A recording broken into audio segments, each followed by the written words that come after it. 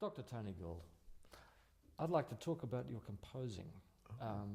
We've known each other since the early 90s, and you already had a huge corpus of compositions behind you at that stage. And can you remember what initially drove you to start writing things down? Because you're primarily from an improvisation background, aren't you? True, Michael. I think probably some classes with Humble in composition Keith when Humble. I was doing my undergraduate, Keith Humble. Yep. A few other people up there. I don't remember writing a lot of music, as a matter of fact, because I think probably most of it, the early stuff's really rubbish, basically, I think. But it interested me from an intellectual point of view, how do great composers put music together.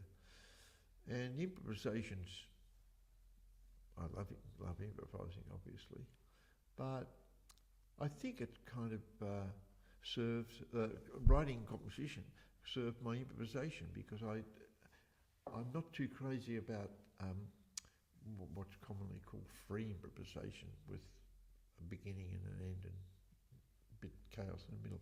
I did that in the 60s for quite a long time at the quartet, sprinkle salt on the piano and smash bottles and all that crazy stuff. But composition taught me to put things in a proper framework. I think taught me about restraint. You know, so you mentioned Keith Humble. Was that at a particular time? Was that in the 60s or? I think it was in the 70s. I was a late starter in academia, so Keith was my composition teacher at some stage, must have 40, 50, 60, maybe 70, early 70s, right, at the Con. Because I just want to get this clear, because it's very interesting. You say you did a lot of experimental work in the 60s. So I did, is that Melbourne, there were real centres for jazz, weren't there, in the world? And you had New York, Paris and Melbourne. There was, Michael. That's absolutely true. So was this an influence, say, from the American free jazz scene, people like Ayler and co? It might have been, but believe it or not, it was more an influence of the people I associated with, i.e. Brian Brown, who I never understood what he was doing most of the time. But I played in his quartet for years, and it was pretty phenomenal. I'm not saying it was great, but it was very, very experimental, way ahead of any other place in Australia. And, in retrospect, I think it was way ahead of a lot of other places in the world. Brian had this idea of develop your own voice, that sort of corny academic sorts of stuff. But he wasn't. He had the courage of his convictions. And although it was wild and mad, I think it kind of loosened us all up into not being too, pompous about music. But then that's a stage, I reckon most people should go through that stage. And then you come out of it thinking, I better get myself together again musically. And then when I first went to the Con in the 70s, I think it was. Is this the Melbourne Con? Yeah. I learned about Beethoven and Bach for the first time in my life when I was about 30 years of age or something, I think. And it, I think, as I said before, put me in a kind of mood that I needed some form and shape in music. So I try to do that with improvisation too now, not just babble on like a lot of saxophone players, jazz saxophone players do. So I think that's what I really wanted, and the beauty of Bach and Beethoven, I couldn't believe it when I first heard it. And I think that had a big influence on how I play. It's very interesting, just to dig down a bit into that frame of mind, where you are looking at music which to a lot of improvisers is considered to be too constrained, behind bars, all those sorts of attitudes. How did you overcome, or was that ever an issue for you? You're coming from a very free jazz experimental background. I loved going from improvisation and jazz into the classical repertoire from Bach onwards. I just loved it. I thought I'd died and gone to heaven. Right. And I think it was because, there's to my ears and mine, there's a fair bit of phoniness in improvisation sometime for people just raving on when they put the saxophone in their mouth or start playing the piano. And that I ultimately didn't like. I didn't like very loud music. I didn't like music without shape or form. So it gets very tiring. Yeah. Free music, paradoxically, gets very tiring. It does, but you're going into a world which is very, very diatonic and much more limited, let me say, as far as chord aggregates is concerned. You're dealing with very limited chord choices in particularly Beethoven. It's not till the later Beethoven that the dissonant chords are starting to really assert themselves. And I mean, it's a much more limited range of those types of devices. Even rhythmically, it's a bit more restrained than. It's true. On the other hand, the more I listen to, for example, Bach, the more I realise not just the genius of the man, but the incredible variety within a tonal context. Yep. That I never cease to be amazed about Bach. Every time I listen, I heard the B minor mass last week with Annam for 2 hours, and I thought, my God, there's a lot more in it than what appears to be on the surface, which is probably what art music is. And of course, it's a very, it's a very polyphonic sort of approach to music. It's a very, very vertical, if you like, approach. And also, I think that coming up firstly as a improvising jazz musician, where I didn't know really what I was doing in the early years, I could just play by ear for some wacky reason. But the jazz language up until about the 70s was way behind the language that you could find in romantic music. Liszt, for example, and Mahler, and that was much more complex and much more in it, still within the tonal spectre of music. So jazz was always lagging. I mean, I play standards and stuff, and they're beautiful to play, and the beauty of them lies in the improvisation, not so much in the music. But when you've got it written out and you can see it and study it, as in Beethoven, Bernstein and things like that, it gave me I think, whether I've got it or not, beside the point, an urge to be a little bit more organised or less random, because, as I said, you play. It's real paradox. You play free music and random music. I started to get very bored with it because I think I figured out that I actually want to be put in some kind of frame, like a visual arts piece. Well, it's interesting. I mean, I had exactly the same experience of playing a lot of free music and suffering the equivalent of musical agoraphobia. You start, if anything is possible, then it starts to become very difficult to be motivated. Exactly.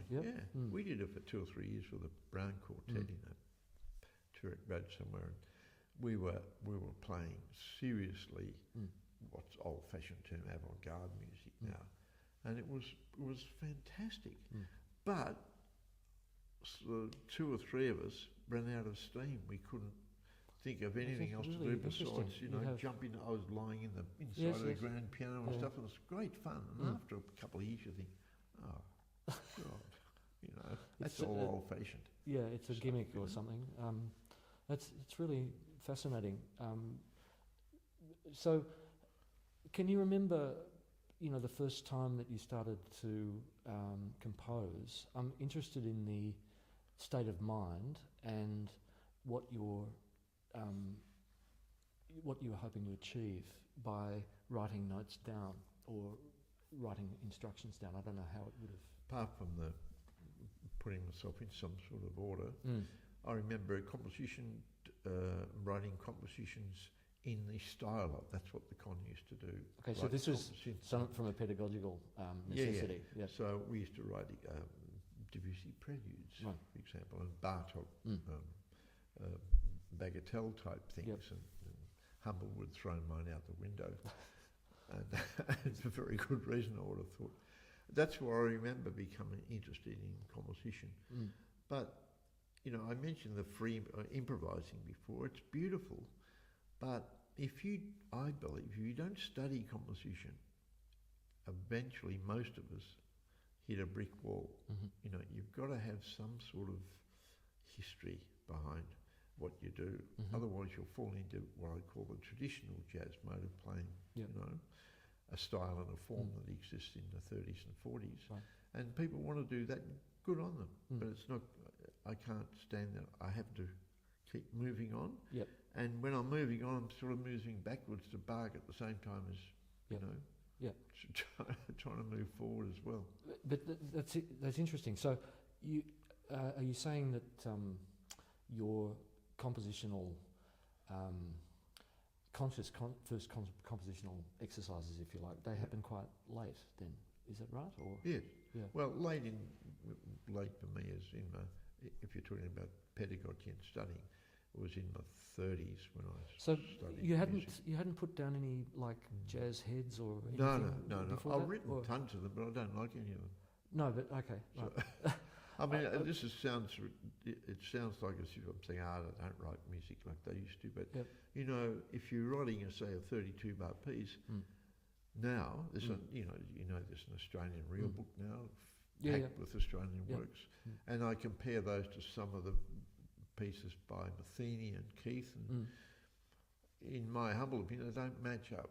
Okay. Yeah. You know, that might be completely wrong. So I look at the standards of the American popular song with Gershwin and Porter. Yep. Those boys could really write a tune. You know, Yes. My Funny Valentine, Richard Rodgers. You know, you have to be really good at it. It's a serious. It really means that composition, I think, is a very serious, and you can't just, I reckon, start doing it and hope that it's going to be good, with few exceptions. Yeah. You know. Well, I mean, they had a huge motivation. Didn't they? The songwriting Commercial sort of, music, but atmosphere at that time was really a hothouse, wasn't it? But the thing about improvisation is Jarrett would never be Keith Jarrett would, in my opinion, would never, who I think is one of the greatest musicians ever of all time, certainly in the West anyway. I listened to his so-called free improvisations, and I hear all the great classical composers. It's mainly in the last 20 years, Shostakovich, Praise and Fugues, which he can play, incidentally, you know. So you've got to, where do your ideas come from? They've got to come from somewhere, haven't they? They're not just out of the blue or running through the long grass playing a flute and getting inspiration. They've got to come from somewhere. And Bill Evans is the same for me. They both those guys, and Herbie Hancock, and all played classical music, all studied classical music. What does that mean? They can really play the piano, that's the first thing. Yes. And second of all, their ideas, you can hear Chopin in Evans's piece, those sort of things. You can hear Messiaen and Shostakovich in Jarrett, except he's such a genius that it's his own music. It's not plagiarism or appropriation even. How much of it is, because from my perspective,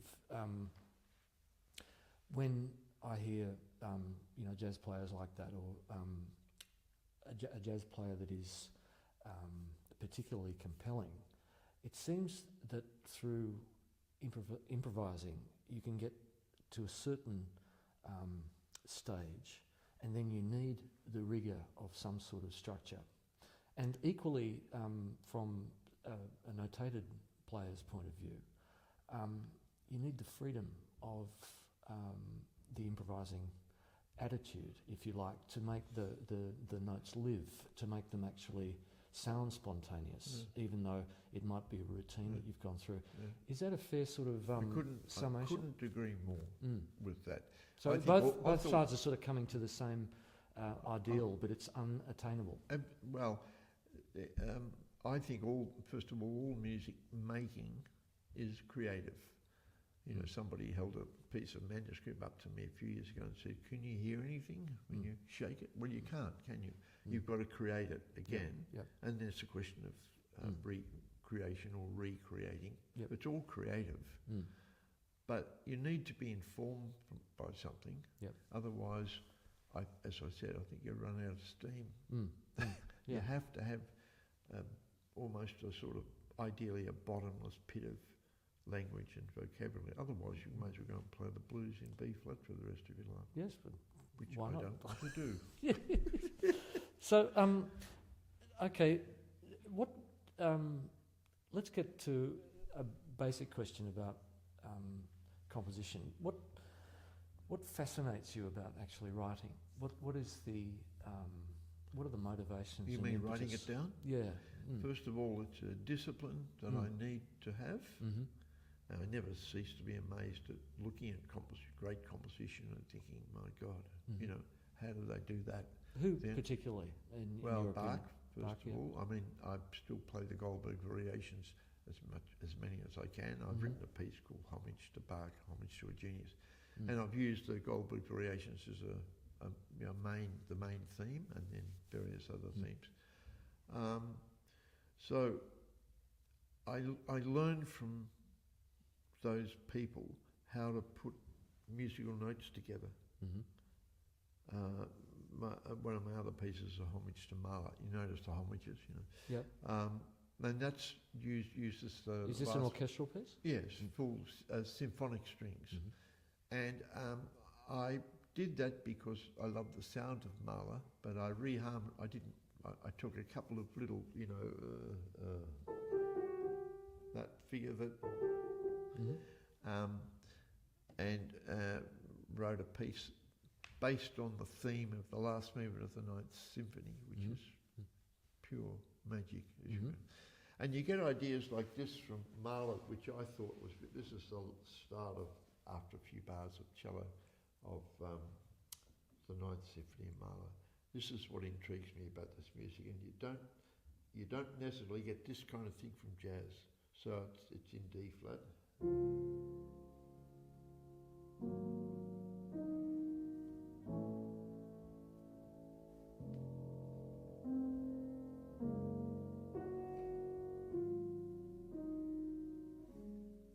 So that tonic, dominant, and then he turns the C sharp into D flat into C sharp. You don't get that in jazz much, you know, and you won't get it unless you, by accident, or you listen to somebody. And then not only that, and then he does this. Straight out of 21st century jazz playing. Yeah. It's a revoicing of that. Just think, reimagining of the a reharmonising rather. The one thing that many things you get from Mahler and people like Bach is that note. Good ear training too for improvisers. Mahler, I'm absolutely sure, of course Bach did in a different way, can turn that note over in as many possibilities of D flat, the you know, the suspended fourth of A flat, the major third of. I think that's what you do with your ears when you improvise. You've got to. I think you're ideally supposed to be able to hear that in every context, so that if it sounds like this, or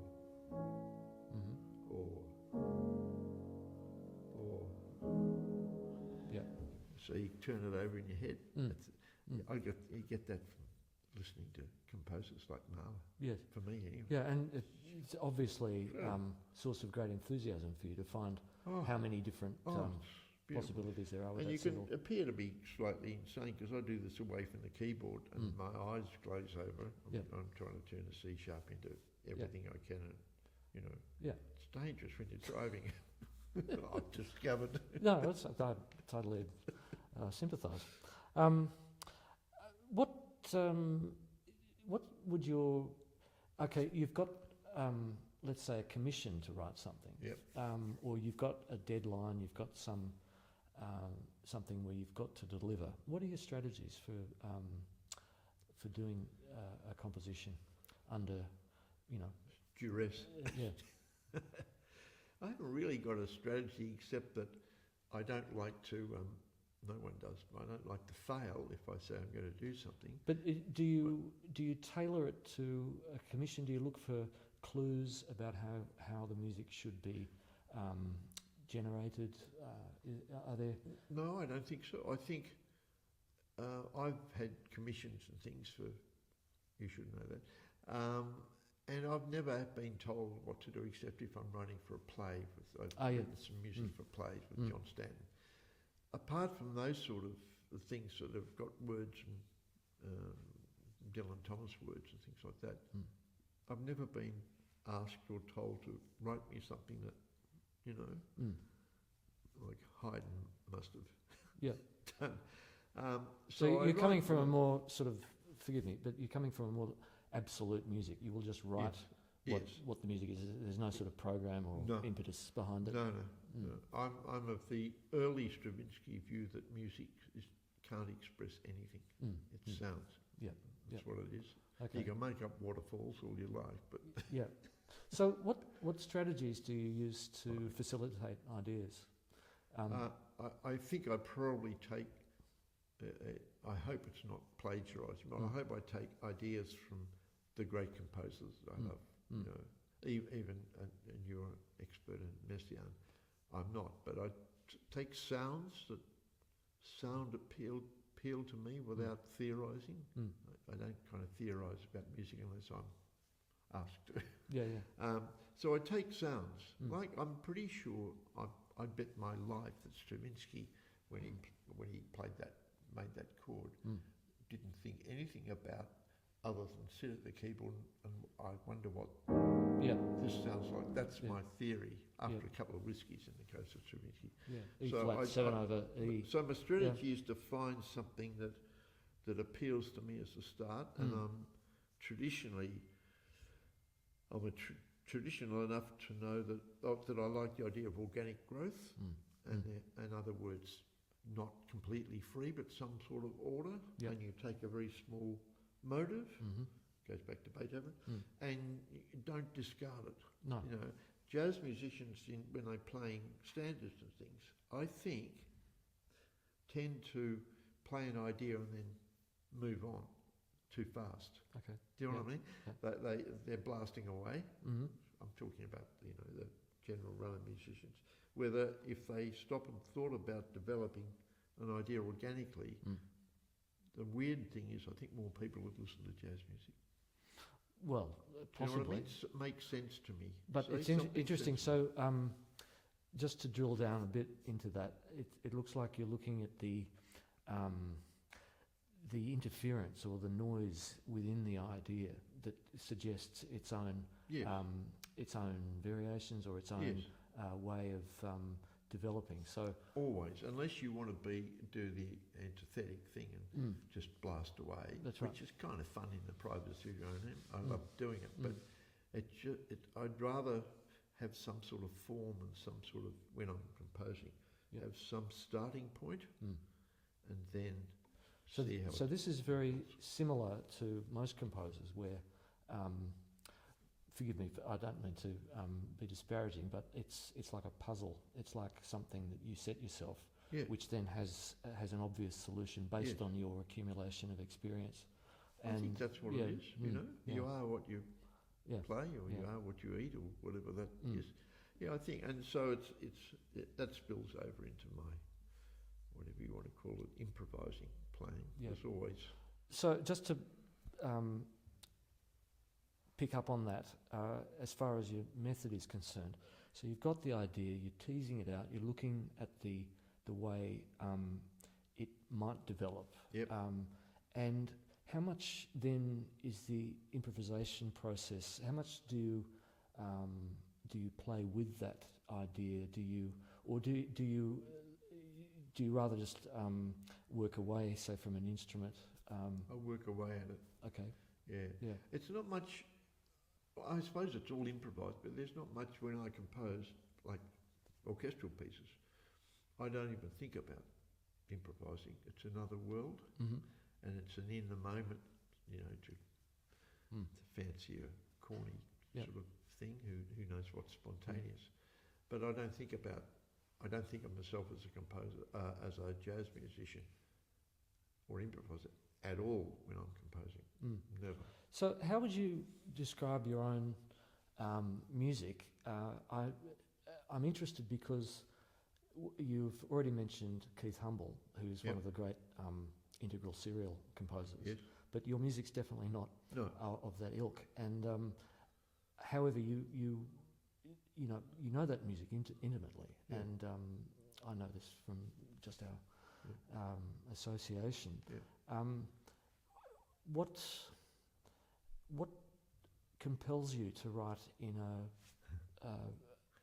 a way that is using mainly diatonic harmony? The simple answer is, and this is what I mean about music, doesn't express anything except it's a sensation of sound. The sensation of tonal music gets to me probably more than most atonal music, with the exception of Webern and some Schoenberg, not entirely, Survivor from Warsaw. But why is that if it doesn't represent anything or if it doesn't mean anything? You mean, I don't... Why do you have an emotional response then? I think it's a sensation that goes, the vibrations in the air. Mm-hmm. That's my theory anyway. I don't want to know. I don't want to try and explain it like the music psychologists are doing. How does it make you feel, that sort of mob? No, but I'm interested as a composer because most composers can see the machinery of music, and it's very difficult, I think, to be moved, particularly by simple music or simple techniques. It takes more and more of the drug to sort of satisfy. And I'm just interested why. For me, the whole progression into integral serialism had begun with Liszt and with Mahler and all of these people. It's a logical outcome of exploring chromaticism, etc. And also philosophically was close to Liszt's Fabian ideas of equality, etc. But it's interesting that someone like yourself comes back to tonality after that whole era. I think the simple answer, Michael, is that it draws me in. I was listening to Mahler second on the way in the car, and sometimes I have to stop the car in the last movement of the Resurrection Symphony, and that hasn't gone away for years and years. I do listen to Stravinsky, and for another reason, but I'm a fairly simple, quite simple human being. It's the sound that affects me, nothing else, not the intellectuality, not the theory behind it. I hope I know a bit about that. I read a lot about it, but in the end, it's the sound that does it to me. Like that just not in the right key, but that Tchaikovsky sixth, I think the last minute, something like this.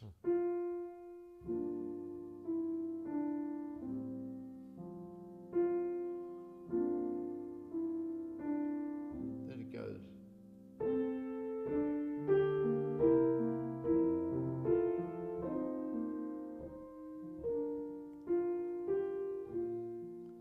And then it goes.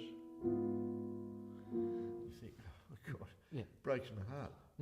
So it's still breaking my heart.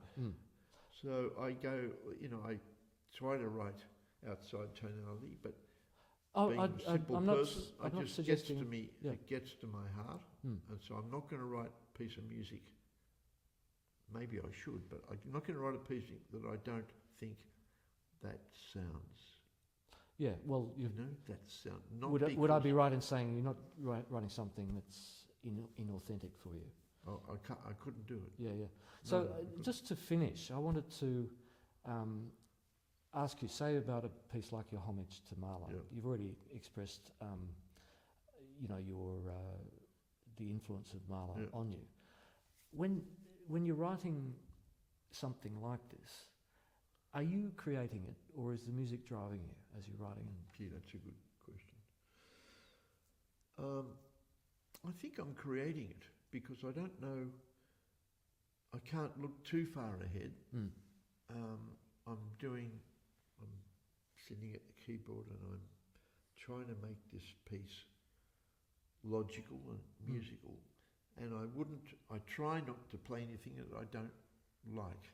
It's a bit like Bill Evans saying, I play for myself first, and he was a very humble man. I play if I like it, and the next bonus is I hope someone else likes it. Sure. You know, But that's in a bit of conflict though, with what you've said before about, which is interesting, what you've said before about, say, classical music, providing you with new territory to explore. So that's obviously something that you can't like because you don't know it yet. Like, it's I mean, you can grow to like it, but it's unfamiliar. Yeah, I don't think I can answer that, except that if my basic fundamental philosophy is you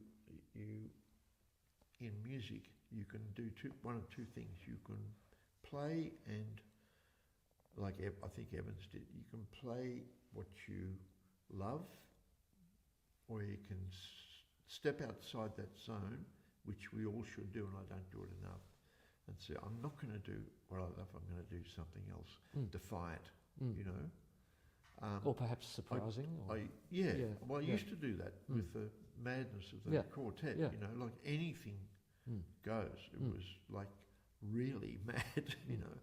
And I got tired of it. So now I go, and tonality keeps reeling me back that final cadence. But, you know, in defence, no, I don't have to defend Mahler, but in defence of my view about Mahler, Mahler is dissonant beyond belief when I listen to it very closely and often, which is almost every day. And every time I hear a symphony, any of the symphonies, there's always these contrapuntal lines going, and you have to listen for it your whole life to get it. You know, I think it's the same with Bach for me. The more I listen to Bach, the more I think, God, I miss that. Yeah. You know, one of those artworks that you think, I'm never going to get to the bottom of this. No. That's what art music is. It's distinct from pop music. Yes, it's beautifully put. Yeah. To finish, could you play us a few bars of your homage to Mahler? Can you remember? I can't remember. Okay. We'll cut that. Well, I'll play a little bit, but the idea of it. So the idea of it, yeah. The Ninth Symphony of Mahler goes in this P. That's what he does, and